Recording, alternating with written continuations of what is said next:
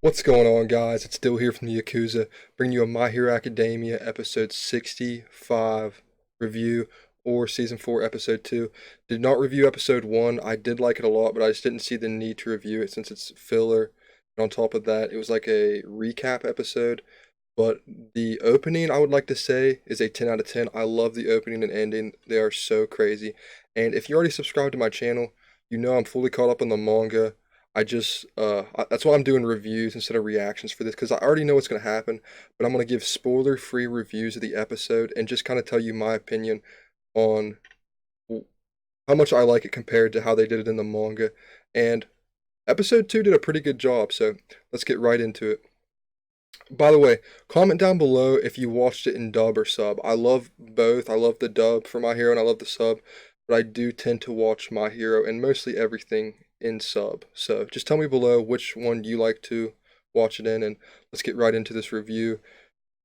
This episode was really about the meeting between Shigaraki and Chisaki, Overhaul. It's our introduction to Overhaul. We saw him a little bit before this in the anime, but we see twice bring Overhaul to Shigaraki, and of course they're thinking, here's a new, somebody new we can add to the League of Villains. We're trying to grow the League of Villains, and we find out that Overhaul is a leader of the the Shie Hasakai, and in English it would be the Eight Precepts, and it's a Yakuza organization that has kind of all but disappeared from like mainstream society, because when heroes rose, like the extremely organized crime as it is explained to us in this episode kind of went away with All Might and all the heroes and everything, and you got more of just like the rogue villains and stuff, because if you have just a crime organization, it's so easy to just pinpoint them and take them down.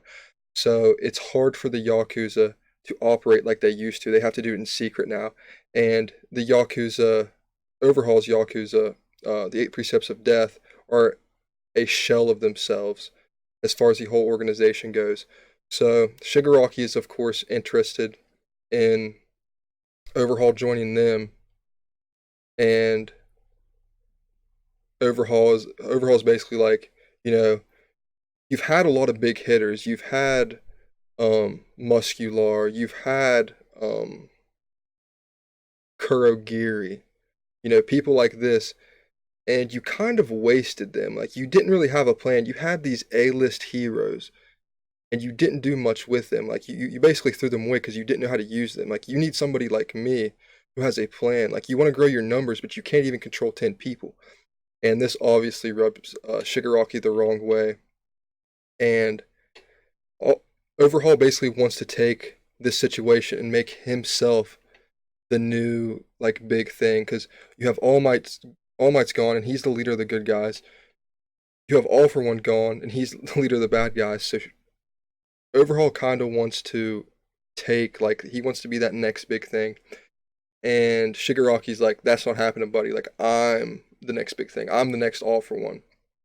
So when Overhaul asks Shigaraki to join them, it offends all of the League of Villains. And you have Magni, Kenji, whatever you want to call her. She basically goes to confront Overhaul, just goes to attack him. And this is where we see the first glimpse of his quirk, where all he does is touch Magni. Just explodes, right? Just whatever you want to call it, whatever happens. And one of the most interesting parts about this arc, to me, especially when I was reading it, is figuring out slowly through the chapters, and for this through the episodes, what Overhaul's quirk is. So don't, like, obviously in my comment section, don't spoil it for any of the anime only watchers if you're a manga reader.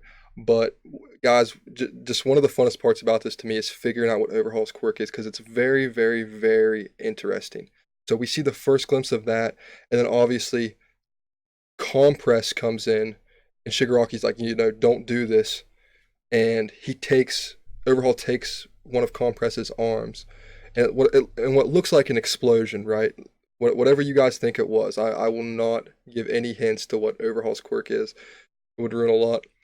But you can tell that he is going to be a boss. You know that he is the main villain of this arc, extremely, extremely powerful. One of the most interesting characters and quirks in the entire series. He's my favorite villain, or he was my favorite villain in My Hero at the time.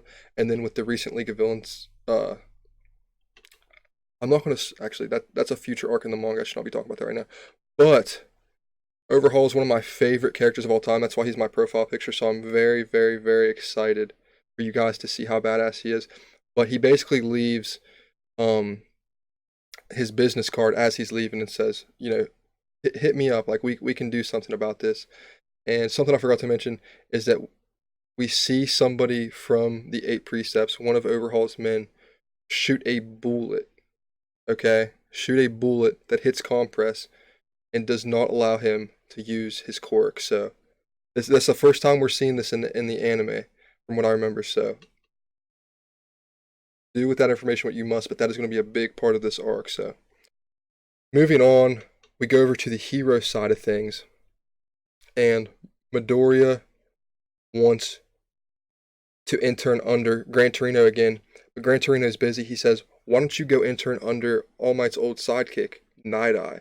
So that starts this whole thing where Midoriya is basically begging All Might, like, introduce me to Night Eye. And All Might's like, I can't do that. I don't think that, for one, he doesn't think that, I don't know if he doesn't think that they're ready, or that he doesn't think first year should be interning like this.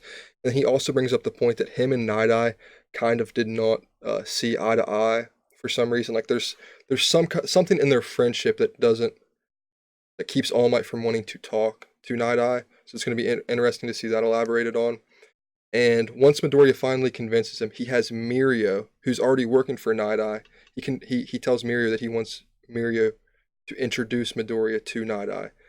And as Midoriya and Mirio are going to Night Eye's agency, we see All Might have a flashback of him talking to the principal before he gave Midoriya, One for All.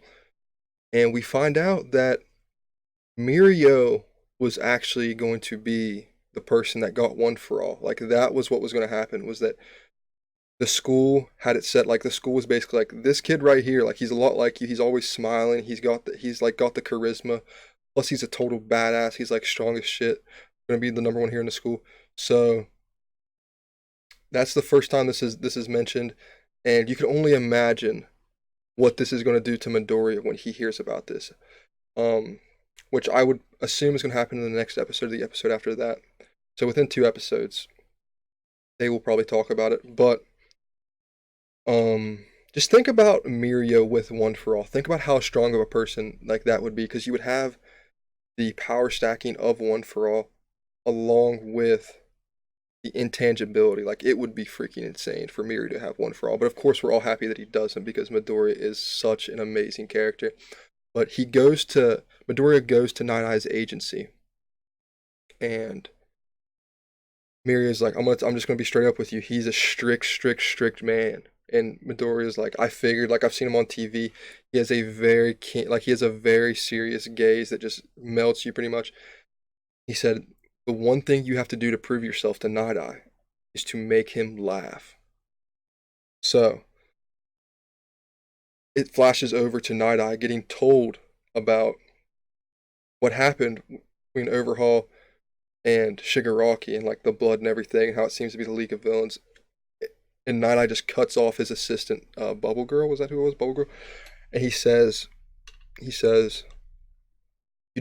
basically like, you don't really have a sense of humor. And he puts her on a machine that just is just tickling her. And it's so funny because Night Eye is so about like a laugh and humor, but he's always like so serious. And I guess that is something that's amazing about his character, is like making him laugh is extremely hard, but he values it. So Midoriya and this is one of the funniest moments in My Hero. I remember reading it and I laughed my ass off, and I knew it was going to happen. Oh shit. I knew it was going to happen, and I still laughed my ass off when I saw it this episode. But he He goes in there, and Midoriya, every single day of his life when he woke up and looked in the mirror, he would practice his All Might impersonation to the point that he can literally change the muscles of his face to look like a smiling All Might. So he goes in there, he does that face, and Night Eye's like, "Are you making fun of All Might?" And that's where we cut off for the episode. But Night Eye is the only person that rivals Midoriya as far as number one All Might fan. Like those, Night Eye and Midoriya are the two biggest All Might fans in the entire world. So I like this chapter a lot. It did the manga justice for sure. As everyone knows, that's on my channel. I say this all the time. That's subscribed to my channel. I say this all the time. This is my favorite arc in My Hero, and it's my top favorite arcs in manga period that I've read. So I'm really, really excited to be reviewing this weekly. And what did you guys think about the episode? Just give it a 1 through 10. I'd give it like a 7 because nothing like we didn't get no fights. We didn't get any fights or anything, but still crucial information as far as the Mirio getting one for all, Night Eye's introduction, the whole overhaul, the first signs of like what his quirk might be and everything. So tell me below, guys, what you would give this episode. I'd give it a strong 7. Very, very, very good episode. If you like this video, guys, hit the thumbs up button, hit the notification bell. If you would like to join the Yakuza, don't forget to subscribe. Thanks, guys.